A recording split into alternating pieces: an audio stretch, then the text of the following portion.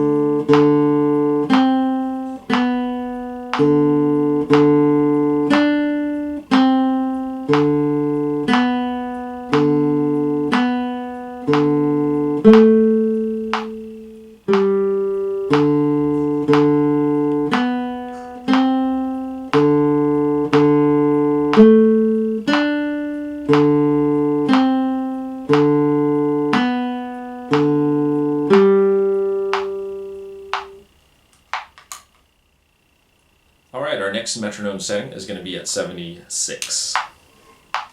1, 2, ready, and...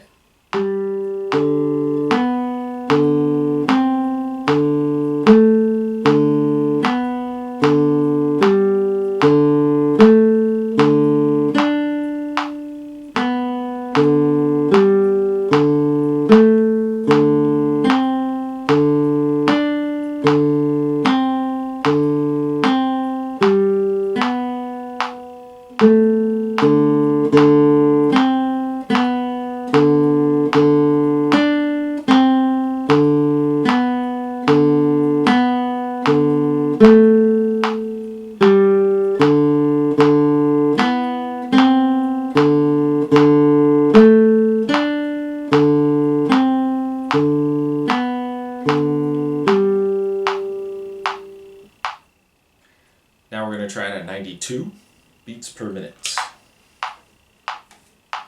1, 2, ready, and...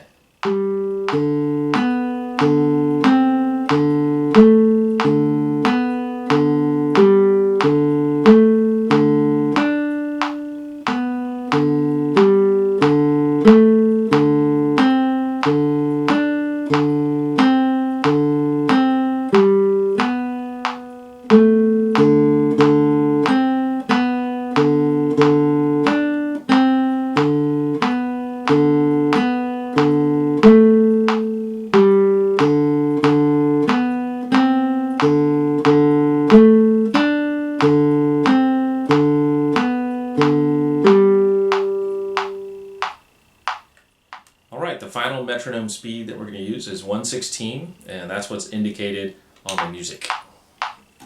1/16, here we go. 1, 2, 1, 2, ready, and...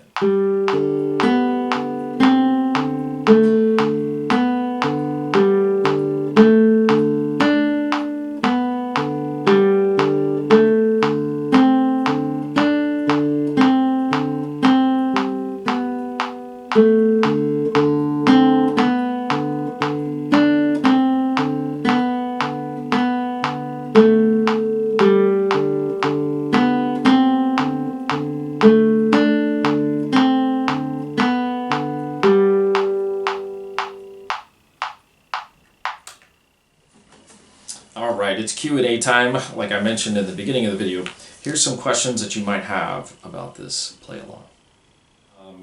One thing that will make this easier, and that's always a question that I like to ask myself, how can I make this easier, is to take a look at the fact that we have a low note after every high note. And so since that is the case, it actually means we have more time to figure out what those high notes are. It's kind of like having an extra breath or an extra beat in between. So if I went wait, wait, wait, wait, wait, wait, and so on, the waiting gives me a chance to figure out, okay, what's that next high note that I'm about to play? So your eyeballs can actually move forwards through the music to check and see what is that note and prepare for it with your hands. Knowing that there's a low note in between gives us that time, right? So that's an important aspect of this music compared to the last one. I don't think the last one gave us as much time. So this one we get a little more time to think about what's coming. Another thing that's a little bit different about this is because we have that repeating low note in the bass every single time, it should make us want to play the high notes with a little bit more connection. So in other words, one note going to the next, we should let the sound continue to ring. So even though it's marked as a quarter note, it makes it sound like we should cut it off since it's only a quarter note. If we let it ring,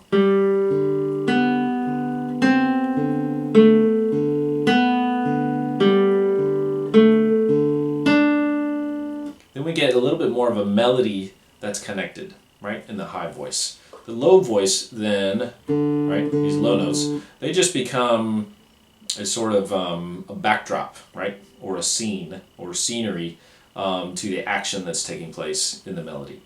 So if you think about music in layers, we have a high layer, and that's the melody, and it's usually the thing that everyone is focused on, right? If you listen to a song, whoever is singing is probably what you're listening to the most, rather than maybe the drums or the instruments, going on behind that singing. So in the same way, when we play a piece of music like this, we want the voice that's got the most movement, and usually it's a higher voice, to be what we focus on. So we want to bring that out, and we can do it by letting those notes ring longer.